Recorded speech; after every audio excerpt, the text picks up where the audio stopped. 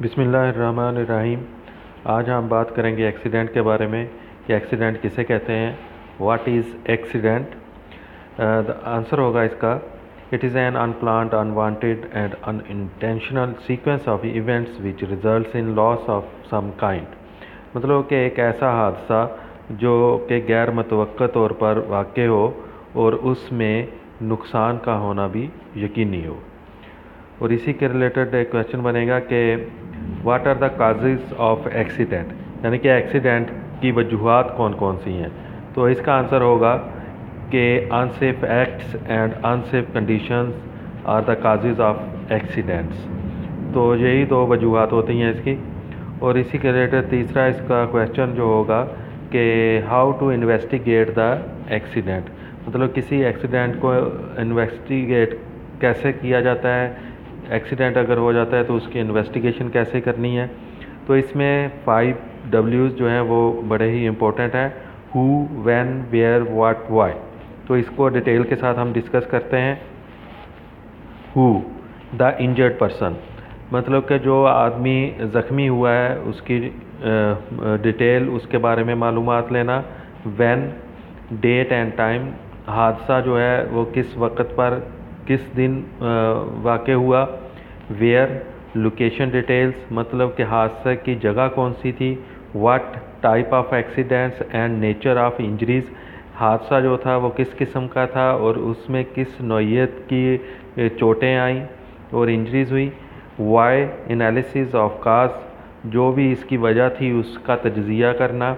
How, detail of events, और इसमें जो जो भी वाक़यात इस का इसमें अमल था उसको इकट्ठा करना। और उसके बाद जो है वो रिकमेंडेशंस देनी। और फिर इसको सब जो भी इंफॉर्मेशन गैदर हुई हो इसको डॉक्यूमेंटेशन इसको करना है, इसका रिकॉर्ड रखना। और फिर reference to possible breaches of law, कि इसके ऊपर कौन सा कानून लागू होगा या इसके ऊपर कौन सी शिक लागू होगी, कौन सा एक्ट इसके ऊपर लागू होगा, किस कानून के दायरे में ये हादसा आता है।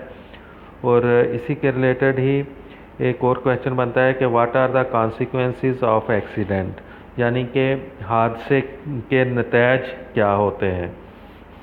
तो इसके आंसर में आएगा कि एक्सीडेंट इन्वेस्टिगेशन, मतलब कि इसका नतीज में ये आएगा कि जब हादसा होता है तो उसकी इन्वेस्टिगेशन में बहुत ज़्यादा टाइम स्पेंड होता है।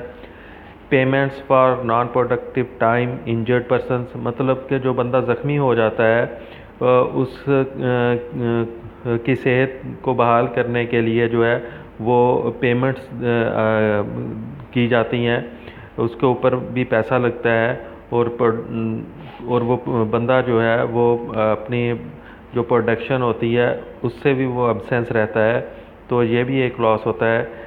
और तीसरे नंबर पे है payments for non productive time, यानी कि टाइम का भी इसमें ज़्यादा होता है क्योंकि उसके ऊपर भी फिर और ज़्यादा कास्ट आती है, पैसा लगता है। मतलब जो गवाहन होते हैं, विटनेसेस या इन्वेस्टिगेटर्स जो इन्वेस्टिगेशन करने वाले, या फर्स्ट एडर्स, या क्लियरिंग का एक्टिविटीज़ जो होती हैं, उन सब के ऊपर जो होता है वो डेफिनेटली जो है वो एक्सपेंस होता है, कंपनी का भी और किसी भी इंडिविजुअल का, किसी भी फ़र्द का भी। Replacement of labour probably less effective, ज़ाहिर है अगर आदमी एक ज़ख्मी हो जाएगा तो उसकी रिप्लेसमेंट का होना भी ज़रूरी है, तो उसके ऊपर जो है और ज़्यादा खर्चा होगा। जो पहले आदमी है उसको भी पेमेंट्स दे रही है कंपनी, और जो नया आदमी हायर किया है उसको भी देनी पड़ेगी, तो ये डबल जो है वो बर्डन आ जाएगा।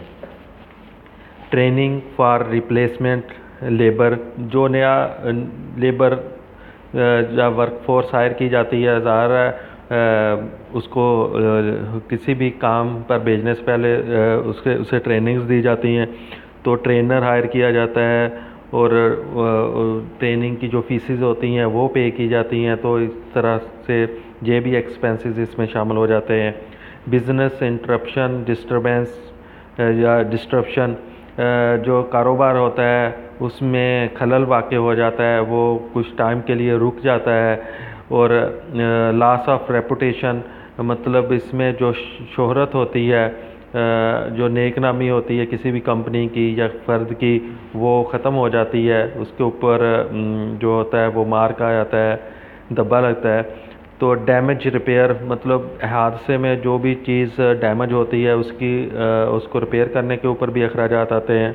इस तरह रिप्लेसमेंट ऑफ प्लांट्स, अगर कोई मशीनरी वगैरह जो है वो डैमेज होती है तो उसको रिप्लेस किया जाता है, तो उसके ऊपर फर्दर एक्सपेंसेस जो होते हैं या अखराजात जो होते हैं वो आते हैं। कंपनसेशन पेमेंट्स, मतलब कि अगर कोई चीज़ डैमेज हो जाती है या कोई बंदा इंजर्ड हो जाता है तो फिर उसको कंपनसेट करने के लिए जो होता है, मतलब उसका बदला देने के लिए भी कुछ लेन देन करना पड़ता है।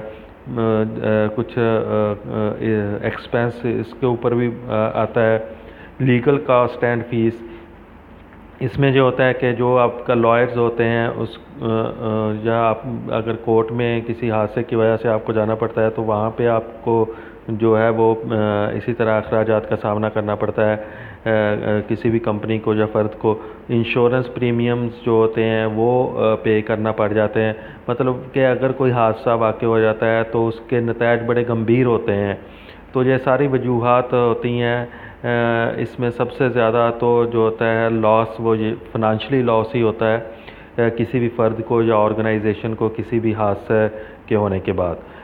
तो ये थी आज की हमारी प्रेजेंटेशन।